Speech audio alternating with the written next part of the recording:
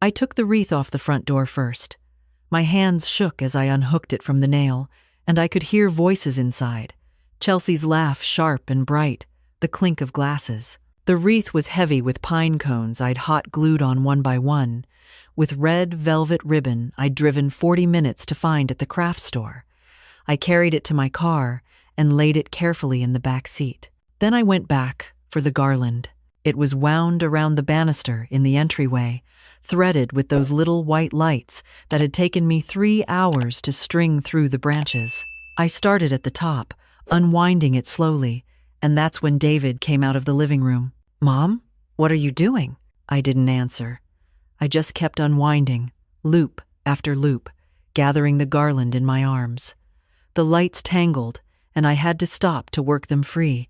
My son stood there watching me, his face confused, maybe a little annoyed, and I could see Chelsea behind him in the doorway, her hand on his shoulder. "Mom, the Hendersons are going to be here any minute." "What?" I walked past him with the garland, out the door, down the steps, to my car. I laid it next to the wreath. When I turned around, they were both standing on the porch now, and David had that look he got, that pinched look around his eyes like I was being difficult on purpose. "Can we talk about this inside?" he said. "No," I said, and I went back for the tree. It was a 6-foot Douglas fir, and I decorated it myself over the course of 2 days. Every ornament had a story. The glass snowflake David had made in 2nd grade, the wooden star James had carved in shop class, the painted clay angel Chelsea's daughter Emma had given me last year. So proud, with glitter still stuck to her little fingers. I started taking them off, one by one, wrapping them in tissue paper, placing them in the boxes I'd saved in my room. "Mom, stop, please. The Hendersons, they're going to be here in 20 minutes. "Then you'll have to explain why there's no tree," I said. Chelsea stepped forward then. She had that smile on, the one she used on difficult customers at her boutique, all patience and condescension. "Margaret, I know you're upset, but this is a bit dramatic, don't you think? We can talk about this after the party." "We already talked," I said. I wrapped the clay angel carefully, so carefully. "You said, 'Can you eat in the kitchen?' Remember? You said the guests were coming, and it would be easier if I just ate in the kitchen." "I meant," she stopped. Her smile flickered. "I just meant that we'd be serving appetizers in the living room, and you usually eat dinner earlier anyway, so I thought, you thought I should eat in the kitchen. Away from your guests, like hired help." That's not what I meant. But it was. I'd seen it in her eyes when she'd said it. That quick calculation, that moment of embarrassment. Not embarrassment for asking, embarrassment that I lived there at all. I'd moved in with David and Chelsea 2 years ago, after my husband died. After the funeral, when David had taken my hand and said, "Mom, you shouldn't be alone. Come stay with us. We have plenty of room." And they did. They had a beautiful 4-bedroom colonial in Meadowbrook, Pennsylvania, one of those planned communities with brick mailboxes and curved streets named after trees. My room was on the 1st floor, off the kitchen, what used to be David's office before he converted it. It had a door that closed and a window that looked out at the back fence, and Chelsea had helped me pick out a new bedspread, something cheerful, pale yellow with white flowers. "You'll love it here, Margaret," she'd said. "It'll be like having a sleepover every night." That first month, I'd tried to be helpful. I'd done the dishes without being asked, folded laundry, watched Emma and Jake after school so Chelsea could go to her boutique. I'd made my famous pot roast on Sundays, the one with the carrots and red wine that David used to beg me to make when he was growing up. "God, Mom, I forgot how good this is," he'd said, reaching for seconds. Chelsea had smiled and said, "You'll have to teach me your secrets." But she never asked for the recipe. And slowly, week by week, things changed. It started small. Chelsea rearranged the kitchen and didn't tell me where things were. I'd open cupboards looking for the mixing bowls and find serving platters instead. "Oh, didn't I mention I'm doing a new organization system?" she'd say, like it was obvious, like I should have known. Then she started planning dinners without asking if I wanted to join. "We're going to try that new Thai place tonight," David would say, already halfway out the door. "There's leftover casserole in the fridge." I'd eat alone at the kitchen table, the house quiet except for the hum of the refrigerator. I started noticing other things. How Chelsea would steer guests away from my room during house tours. How she'd introduce me to her friends with a tight smile and a quick, "This is David's mother. She's staying with us temporarily," even though it had been a year by then. Even though we'd never discussed it being temporary. Then there was the money. I'd sold my house when I moved in. A 3-bedroom ranch in Lancaster, where I'd raised both boys, where John and I had planted rose bushes and painted the shutters dark green. I'd sold it for $215,000, and I'd given David $50,000 toward their mortgage. "You don't have to do this, Mom," he'd said, but his eyes had lit up, and Chelsea had hugged me and said, "This is so generous. We'll pay it back, I promise." They never did. And when I'd mentioned it once, carefully, over breakfast, Chelsea had frowned and said, "We're letting you live here rent-free, Margaret. I think that more than covers it." As if I was supposed to pay rent to live in my son's house. As if the $50,000, the cooking, the cleaning, the babysitting, wasn't enough. But I didn't say anything. I told myself I was being ungrateful, that I should be happy David had offered to take me in at all, that this was just how families worked now, everyone busy, everyone stressed. Then Christmas came, and I thought, this will be different. This will be like it used to be. I'd always loved Christmas. When the boys were young, I'd start decorating the weekend after Thanksgiving, turning our little house into something magical. Lights in every window, a tree that nearly touched the ceiling, stockings hung on the mantel, stuffed so full they sagged in the middle. John would complain about the electric bill, but he'd smile while he said it, and on Christmas morning, he'd make his famous pancakes while the boys tore through their presents. This would be my first Christmas without John, and I wanted it to be special. I wanted it to feel like family. So I'd gone all out. I'd bought the wreath and the garland, spent my own money on decorations, stayed up late stringing lights. I'd baked cookies, dozens of them, frosted and decorated, stored in tins in my room. I'd knitted stockings for Emma and Jake, their names stitched in gold thread. I'd wrapped presents, carefully, with corners folded just so. And 3 hours ago, Chelsea had walked into the kitchen where I was preparing green bean casserole and said, "The Hendersons are coming over tonight for cocktails. We're doing appetizers in the living room. Would you mind eating in here?" It would just be easier. I'd stared at her. "Eating in the kitchen. Right. I mean, we'll save you a plate. But the living room's going to be pretty crowded, and you usually eat earlier anyway, so you don't want me eating with your guests." She'd blinked, surprised. "It's not that I don't want you there, Margaret. It's a party. For our friends, you'd probably be bored anyway." "I know the Hendersons," I'd said quietly. "I met them at the block party." "Right. But," she'd sighed, like I was being deliberately difficult. "Look, it's just easier this way, okay? You understand." And that's when something inside me had broken. Not loudly, not dramatically, just a quiet snap, like a thread pulled too tight. I'd nodded. I'd said, "Sure, I understand." And then I'd waited until they went upstairs to change for the party, and I'd started taking down the decorations. Now David was following me around the house, his voice rising. "Mom, this is insane. You can't just, we're having people over. What am I supposed to tell them?" "Tell them your mother doesn't live here anymore," I said. I took down the stockings, unplugged the lights in the windows, carried box after box out to my car. The nativity scene from the mantel, the wreath from the kitchen window, the advent calendar I'd hung by Emma's door. Chelsea was on the phone now, pacing in the living room. I heard her say, "No, I don't know what happened." She just started, "Yeah, I know. It's so embarrassing. The Hendersons are going to be here any minute." Embarrassing. That's what I was. An embarrassment. I went to my room and started packing. I'd been thinking about this for weeks, if I was honest with myself. Ever since Chelsea had forgotten to tell me about Emma's school play. Ever since David had sighed and said, "Mom, do you have to tell that story again?" When I'd been talking about the time he'd dressed up as a dinosaur for Halloween. Ever since I'd overheard Chelsea on the phone with her sister, saying, "I don't know how much longer I can do this. She's always just there." I had my suitcase in the closet, and I filled it quickly.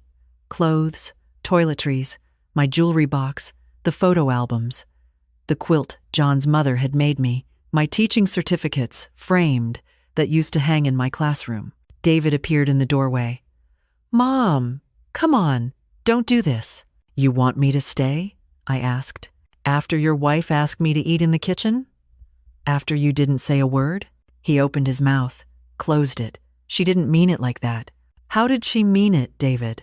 He didn't answer. I zipped up the suitcase. "I gave you $50,000. I've cooked your meals, watched your children, cleaned your house, and you want me to eat in the kitchen so I don't embarrass you in front of your friends? That's not Mom. You're taking this the wrong way." "What's the right way to take it?" He ran his hand through his hair, frustrated. "Look, I'm sorry, okay? Chelsea shouldn't have said that, but you're being really dramatic about this. It's Christmas. Can't we talk about this after the holidays?" "No," I said. I picked up my suitcase. "I'm done talking." I walked past him, through the kitchen, toward the front door. Chelsea was standing in the living room, still on the phone. And when she saw me with my suitcase, she hung up quickly. "Margaret, wait." But I didn't wait. I walked out the door, loaded the last box into my car, and drove away. I drove to James's house. My younger son lived 40 minutes away, in a small apartment in downtown Harrisburg. He was a social worker, single, busy. But when I called him from the car, my voice shaking, he said, "Come over, right now." He was waiting on the steps when I pulled up, and he helped me carry everything inside. The wreath, the garland, the boxes of ornaments. He didn't ask questions, just carried and carried until everything was piled in his living room. And then he made me tea and sat down across from me at his tiny kitchen table. "Tell me," he said. So I did. I told him everything. The eating in the kitchen, the temporarily, the $50,000, the way Chelsea introduced me, the way David sighed when I talked, the way I felt like I was shrinking, day by day, becoming smaller and quieter, taking up less space, apologizing for existing. James listened. He didn't interrupt, and when I finished, he reached across the table and took my hand. "I'm sorry, Mom," he said. "I should have seen this. I should have checked in more. It's not your fault. I'm going to call David." "Don't, please, not tonight." He squeezed my hand. "Okay, but you're not going back there. You're staying here until we figure something out. Your apartment is tiny. I can't. You can. And you will." He smiled. "Besides, I could use some help. My Christmas decorations are pathetic." I stayed the night on his couch, which pulled out into a surprisingly comfortable bed. I didn't sleep much. I kept thinking about Emma and Jake, wondering if they'd noticed the decorations were gone, wondering what David and Chelsea would tell them, wondering if I'd made a terrible mistake. But when I woke up the next morning and smelled coffee, and James was humming in the kitchen, making pancakes just like his father used to, I thought, maybe this is what peace feels like. The next few weeks were strange. James went to work, and I stayed in his apartment, organizing, cleaning, trying to make myself useful without taking over his space. I called my sister in Ohio, and she said, "Come stay with me. I have a guest room." But I didn't want to be a guest. I didn't want to be someone's burden, someone's temporary problem to solve. So I started looking at apartments, small ones, one bedroom, affordable. I had my Social Security, my teacher's pension, some savings I could manage. James protested. "Mom, you can stay here as long as you want," but I could see the relief in his eyes when I told him I'd found a place. It was a small apartment in a complex for seniors called Meadowview Gardens. One bedroom, one bathroom, a kitchenette, and a living room with a window that looked out at a courtyard. It wasn't much, but it was mine. All mine. I moved in 2 weeks after Christmas. James helped me, carrying boxes up the stairs, hanging my pictures. The wreath went on my door. The garland wound around my small bookshelf. The ornaments stayed packed away, too many for my little tree, but I kept them anyway. Someday, maybe, I'd have a place to use them again. David called once, a few days after I moved. "Mom, we need to talk." "Okay," I said. There was a long pause. "Chelsea wants to apologize." "Okay. And I'm sorry, too. I should have said something." "When she asked you to eat in the kitchen." "That wasn't right." "No," I said. "It wasn't." Another pause. "So, are you coming back?" "No." "Mom, I'm not coming back, David. I have my own place now." "But where? How are you paying for it? Do you need money?" The irony was almost funny. "I have money. I sold my house, remember?" "Right, but you gave us 50,000. I know. That's why I'm not asking you for anything now." He was quiet. Then, "What about Emma and Jake? They miss you." That hurt. That hurt more than anything else.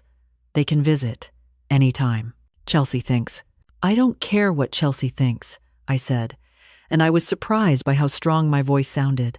"David, I love you, but I can't live like that anymore, feeling like I'm in the way, feeling like I have to apologize for existing." "You never had to."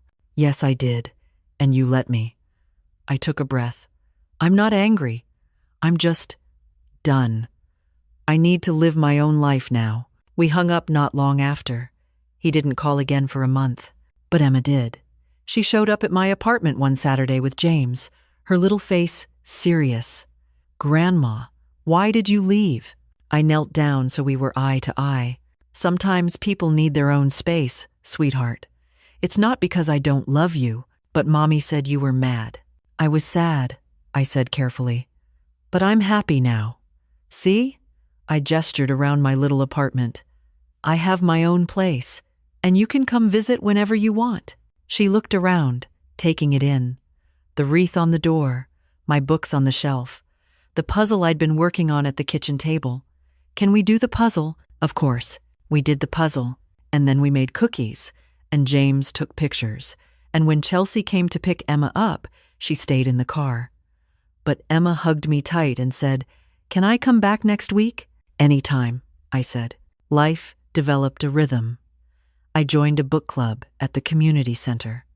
I started volunteering at the library, reading to children on Tuesday afternoons. I made friends with my neighbor, Dorothy, who was 82 and sharp as a tack. We'd have coffee in the mornings, sitting in the courtyard, watching the birds. "You seem lighter," James said one day. We were having lunch at a diner, our new Saturday tradition. "Happier." "I am," I said. And I was. I'd forgotten what it felt like to take up space without apologizing, to make noise, to exist without constantly wondering if I was being too much. 6 months after I moved out, I got a call from a lawyer. His name was Martin Reese, and he said, "Mrs. Patterson, I'm calling about your estate planning. I have you listed as a client from 2019. I wanted to follow up and make sure your documents are still current. I'd made a will years ago when John died. Basic stuff. Everything split between David and James, but I hadn't thought about it since. Actually," I said slowly, "I'd like to make some changes." We met the following week. I sat in his office, in one of those leather chairs that squeaked when you moved, and I told him what I wanted. "Are you sure?" he asked, his pen hovering over his notepad. "I'm sure." He nodded. "Okay. Let me draw up the paperwork." It took a few weeks. I read through everything carefully, asked questions, made sure I understood, and then I signed. James would get the apartment when I died, and everything in it. My pension would be split between Emma and Jake, put in trust until they turned 18. My savings, what was left of it, would go to James. David would get a letter. Just a letter, explaining why. I didn't tell anyone. I put the will in a folder in my desk drawer and tried not to think about it. I was only 70, after all, healthy. I had time, but then Dorothy died. Suddenly, in her sleep, and I went to her funeral and watched her children fight over her belongings, and I thought, I'm glad I did this. I'm glad it's clear. 2 months later, David called again. Mom, we're having Christmas at our house. We want you to come. I hesitated. I don't know, David. Please. Emma keeps asking. And I want to make things right. So I went. I brought cookies and a small gift for each of the kids. Chelsea hugged me at the door, and it felt awkward, performative, but I hugged her back. David showed me around like I'd never been there before, pointing out the new furniture, the renovated kitchen. There was a picture of me on the mantel, one from years ago, me and John at James's graduation. I put that up, David said. I wanted you to know you're still part of this family. Dinner was tense. Chelsea tried too hard, asking questions, laughing too loud. David kept looking at me like he expected me to announce I was moving back in. Emma and Jake were the only normal ones, chattering about school, showing me their drawings, fighting over the last role. When I got up to leave, David walked me to my car. So, he said, this was good, right? We can do this again? Maybe, I said. Mom, He looked down, scuffing his shoe against the driveway. I'm sorry. For everything. I should have stood up for you. Yes, I said. You should have. I know I can't fix it. But I want to try, if you'll let me. I looked at him, this man who used to be my little boy, who used to cry when I left him at preschool, who used to hold my hand crossing the street. And I felt sad, not angry anymore, just sad. I think we need time, I said, both of us. He nodded. Okay. I drove home to my apartment, to my wreath on the door, to my books and my puzzle and my quiet. And I felt okay. Not happy, not sad, just okay. 3 years passed. I turned 73. James got married to a wonderful woman named Anna, and they had a little girl, Sophia. Emma turned 13 and started coming to visit more often, sometimes taking the bus by herself. Jake was busy with soccer, but he'd call me sometimes, just to talk. David and Chelsea sent Christmas cards, invited me to birthdays, but I kept my distance, polite, friendly, but distant. And then, one morning, I got a call from James. Mom, can you come over? Today? What's wrong? Nothing's wrong. Just, can you come? So I did. And when I got there, David was there too. Both my sons, sitting at James's kitchen table, looking serious. What's this about? I asked. James glanced at David, then back at me. David wants to talk to you about something. Something important. David cleared his throat. Mom, I've been thinking about the $50,000, the money you gave us for the house. My stomach dropped. David, I don't want. I want to pay you back. I stared at him. What? I want to pay you back. With interest. Chelsea and I talked about it, and we refinanced, and we want to give you the money back. All of it. I sat down slowly. Why? Because it was wrong. We took your money, and then we treated you like you owed us. Like we were doing you a favor. But you were doing us a favor. And I'm sorry it took me this long to realize it. I looked at James. Did you put him up to this? No, James said quietly. This was all him. David pulled out a check and slid it across the table. $65,000. The original 50 plus 15 years of interest. I don't want your money, I said. I know, but I want you to have it anyway. You earned it.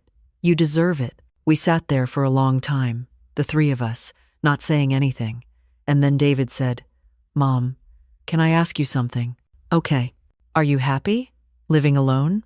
I thought about my apartment, my book club, Dorothy's replacement, Helen, who made terrible coffee but told great jokes, the library, the children's faces when I read to them, the peace, the space, the quiet. Yes, I said.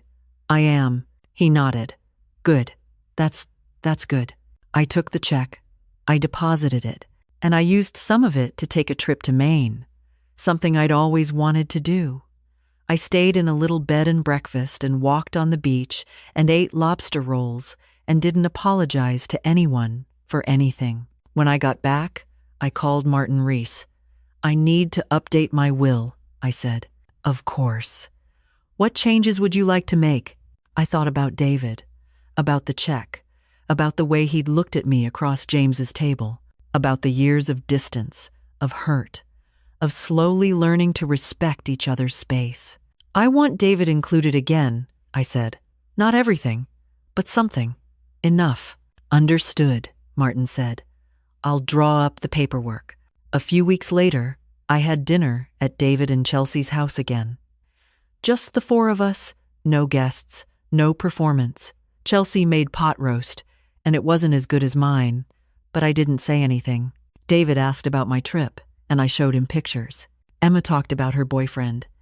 Jake fell asleep on the couch, and at the end of the night, when I got up to leave, Chelsea walked me to the door. "Margaret," she said, "I'm sorry for everything. I was afraid of losing my space, my life, and I took it out on you. It wasn't right." "No," I said, "it wasn't.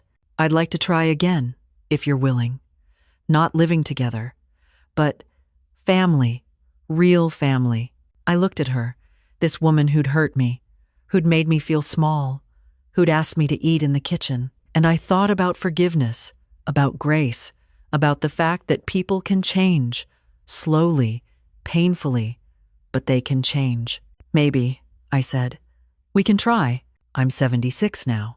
I still live in my apartment. James and Anna and Sophia visit every Sunday. David and Chelsea come once a month, and it's still a little awkward, but it's getting better. Emma's in college. Jake's applying. I have 6 grandchildren now, if you count James's stepchildren, and I love them all fiercely. My will is in my desk drawer. James will get the apartment. The grandchildren will split the money. David will get my photo albums and a letter. But I'm not thinking about that today. Today, I'm sitting in the courtyard with Helen, drinking coffee, watching the birds. The wreath is still on my door, a little faded now, but still beautiful. The ornaments are packed away, waiting for next Christmas, when James and Anna will bring Sophia over and we'll decorate together. I took back my dignity the day I walked out with those decorations, and I'm never giving it away again.